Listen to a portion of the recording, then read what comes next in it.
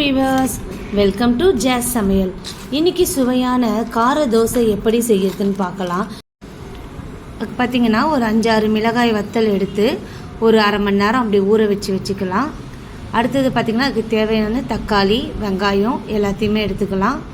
இப்போ அந்த ஊற வச்ச மிளகாய் வத்தல் மிக்ஸி ஜாரில் போட்டுக்கலாம். போட்டுட்டு அது கூடவே இந்த வெங்காயம், பூண்டு, அடுத்து வெங்காயம்,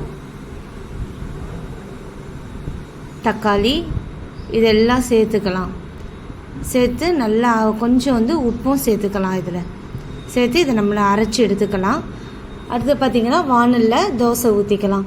நல்லா கொஞ்சம் மெலிசாக ஊற்றிக்கலாம், ரொம்ப கனமாக ஊற்ற வேணாம். நார்மலான சைஸுக்கு நம்ம தோசை ஊற்றி எடுத்துக்கலாம். வானலில் தோசை கொஞ்சம் வெந்து வரட்டும். அது சுற்றி நல்லா எண்ணெய் ஒரு ஸ்பூன் அளவுக்கு எண்ணெய் ஊற்றிக்கோங்க. தோசையை சுற்றி நல்லா எண்ணெய் ஊற்றி எடுத்துக்கலாம்.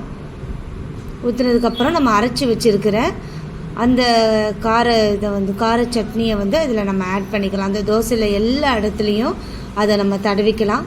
உங்களுக்கு ரொம்ப காரம் வேணும்னா நீங்கள் நிறைய தடவிக்கோங்க. ஆனால் நான் பார்த்திங்கன்னா கொஞ்சமாக தான் தடவி இருக்கிறேன். ஏன்னா சின்ன பசங்க சாப்பிட்ணும் இல்லைங்களா, அதுக்காக என் பசங்க சாப்பிட்றத கொஞ்சமாக தடவி இருக்கிறேன். கொஞ்சம் நல்லா வெந்து வரட்டும். தோசை நல்லா வெந்து வந்தோடனே அப்படியே தோசையை நம்ம எடுத்து மடித்து விட்டுக்கலாம்.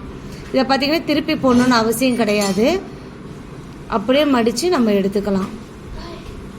எடுத்து நம்ம சாப்பிட்றதுக்கு வச்சுக்கலாம். இதுக்கு பார்த்திங்கன்னா எந்த விதமான சைட் டிஷ்ஷும் தேவை கிடையாது. ஆனால் நான் கொஞ்சம் சாம்பார் கொடுத்துருக்கேன் பசங்களுக்காக. ஏன்னா நான் கம்மியாக தான் அந்த கார தோசை காரம் கொஞ்சம் கம்மியாக தான் போட்டிருக்கேன். அதனால தான் கொஞ்சம் சாம்பார் கொடுத்துருக்கேன். Thank you viewers.